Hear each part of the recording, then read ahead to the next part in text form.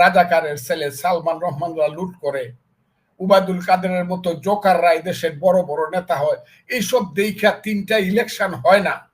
আমি বারবার বলছি 18 সনের ইলেকশনে যদি আওয়ামী লীগ বিরোধী দলে যাইতো কি অপরাধ হইতো, যাইতো 25টা 50টা সিট পাইতো, আবার 24 সনে ক্ষমা। এটাই তো গণতন্ত্রের সৌন্দর্য।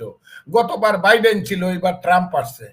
শেখ হাসিনা এই সৌন্দর্যটা দিল না বইলা সারা দেশের মানুষ বিক্ষুব্ধ হয়েছে। আর এই লুট দেখে আওয়ামী লীগের অনেক নেতা যারা এখন কলকাতাতে থাকে, আমি এদের নাম বলবো না, সব আমার ছোট ভাইয়ের মতো, এরা তো ছিল ফলে খাইতো, 2 টাকা ছিল না, ফজলুর রহমানের পকেট থেকে টাকা নিত।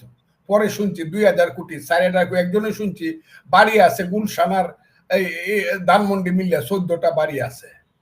কিন্তু বিয়ার সময় আমি টাকা আইনা দিছি অন্যের কাছ থেকে, যে ওর বিয়া হইব না হইলে বউরে কাপড় গলার হার কিনে দিতে পারবো না, তার 14টা বাড়ি হয়েছে।